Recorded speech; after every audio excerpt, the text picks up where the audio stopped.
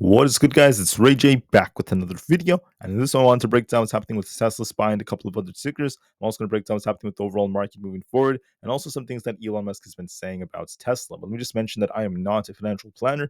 Make sure you take nothing I say as financial advice.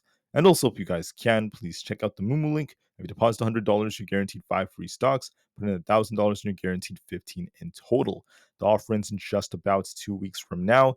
Anyways, now let's talk about what's happening to Tesla. So Tesla's made an attempt to break out of this channel. It's approaching this resistance near 258, but we haven't been able to crack that quite yet.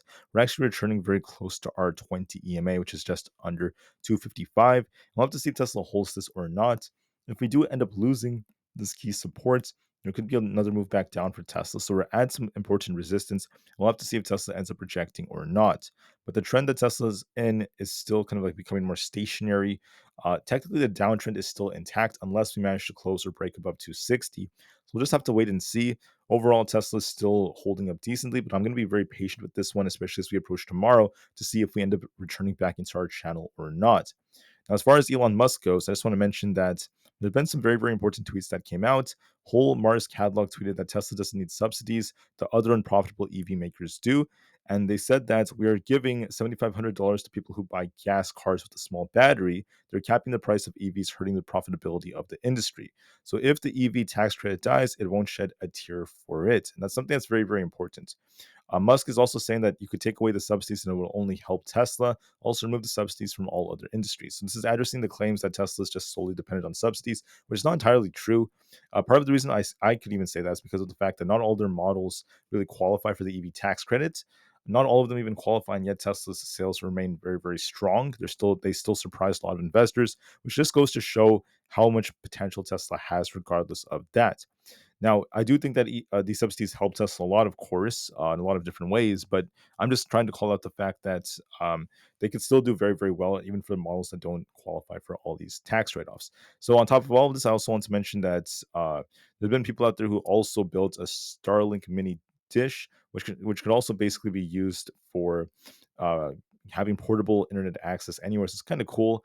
I wonder if Tesla will ever incorporate something like this. Musk is saying this is pretty cool too. So it's a very, very cool concept. This was actually placed on the Model 3, so it could be cool. We'll see how things end up going with that. There's also some jokes being made by Tesla Economics about how the Cybertruck was pregnant and had this like a baby was born. This is like the mini Cybertruck that Tesla was basically selling for children. Pretty cool stuff. Those were kind of like limited edition. Musk said this is very, very cute. So this was actually in the trunk right over here. So very, very cool stuff.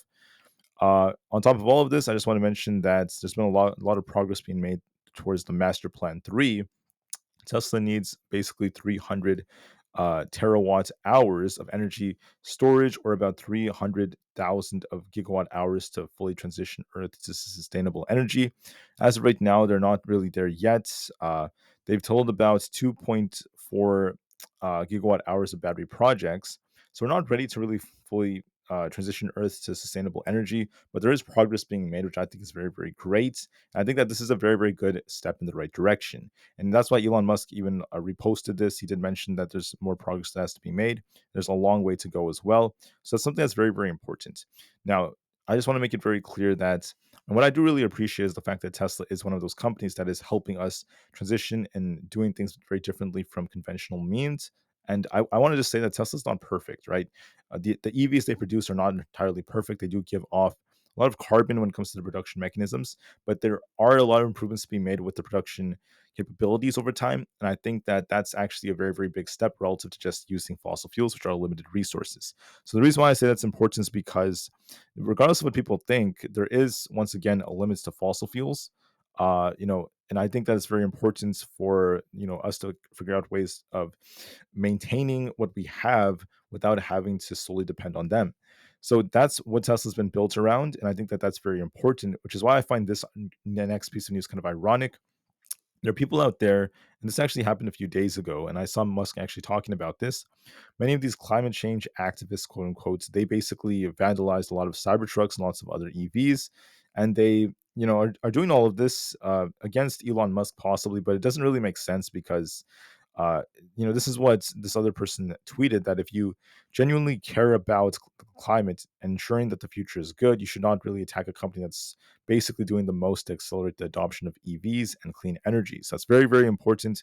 Very, very great claim. Musk is agreeing with this, and I do agree with that claim as well. Well, I think that's, if people want to protest, they could do it peacefully, but vandalizing any company would be wrong in its entirety, especially a company like Tesla, because if you're protesting against climate change, it doesn't really make sense to be going against Tesla the most. There are other companies that are, more responsible, but I just wanted to call that out. At least that's something I was seeing on Musk's Twitter page. So, anyways, what am I seeing right now for Tesla? It's attempting to break out of this little channel now. We had this downtrend right over here. We actually dipped a little bit only to get bought back up. So with this happening, we're seeing some buyers defend Tesla, but we need to see if we could break past 260 to turn back, to turn even more bullish. If we don't do so, if we come short, I'll be looking for a retest of our trend line. So we'll just have to wait and see which way we end up going. For now, we're just kind of shuffling between 255 and 258. It's been stuck within this range for the past 2 hours. So we're just going to give this some time just to see. But just know that there's a little bit of life right here. We're actually showing some potential to try to push a little higher. I think we'll be looking for a test of 260 soon if we do break 258. And I think that there's a good chance it may continue, but we'll have to see if we could kind of maintain these levels. That's going to be another big factor depending on news. Now, as far as SPY goes, just to be very, very blunt, this has a bullish wedge that's still developing, this ascending wedge. This is favoring upside for 565 to be tested. If we were to break that, we will turn more bullish. If we fail to do so, we could reject. So we'll just see what the move ends up being, but watch for that very carefully. For Nvda actually has a head and shoulders like structure.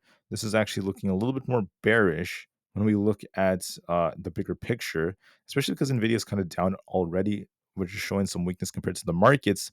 So we're seeing money kind of transitioning away from tech and moving towards small caps. This could actually dip a little bit more towards 124.8. There's a little bit more downside potential, at least for Nvidia, in my opinion. Bitcoin is attempting to push higher. I think we could attempt to go higher from here, forming a nice cup and handle like structure. So I'll be looking for basically a break of 65,000. And I think that if this does break, we'll be continuing to pump all the way up to 66,000. Bitcoin most definitely has some potential. Now, the QQQ did dip quite a bit, but we're going to be watching our 20 EMA tomorrow. If we could try to hold above 496, we could push higher. If we reject, we'll be dipping all the way down towards 494.5. If that breaks, we have this imbalance to fill all the way down here. So I'll be watching this key EMAs or resistance just to see how things end up going. I'm going to be very, very patient in the process nonetheless. So just be patient and see how things end up developing. For Aapl actually has support at 234.31. If this fails, we'll be dipping all the way down towards 232.5. If we hold this, we could try to rebound, but I'm seeing a little bit of a risk of some downside before attempts to rebound. So I'll be watching for that as well very carefully.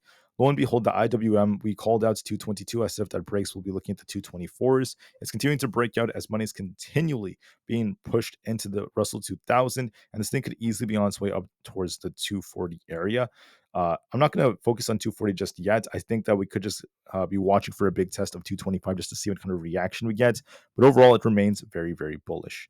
Coinbase reached our target of 250. We're watching it kind of consolidate up here, so we'll have to see what the reaction is. We could come back down to about 247 and try to bounce higher, but overall, it's still looking more bullish. It looks like it wants to continue to go all the way up into the 260 plus area. Amazon's looking a little bit lackluster, barely at 192, kind of flat right now. If it doesn't reclaim 195, we could actually dip a little bit more. Meta's looking a little bit more bearish, as I called out. I said if we fail to hold 497, we're going to be going back down to at least 492. If that failed us, I'd be watching 488 and 485. And those are the exact levels we actually ended up kind of retracing to almost exactly. So it's looking more bearish. I want to see it reclaim 497 to turn back up. Otherwise, we are still at risk of dipping to 485. Microsoft is in the same boat.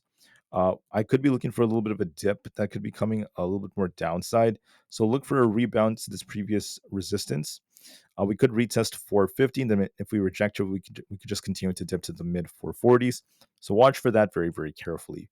Google also has a bit of a downtrend right over here. We could be dipping lower towards 185, if not below that, towards like 183.5. So I'm seeing some downside potential, so we'll just have to see how things progress from here. But with that being said, I want to thank you all so much for listening.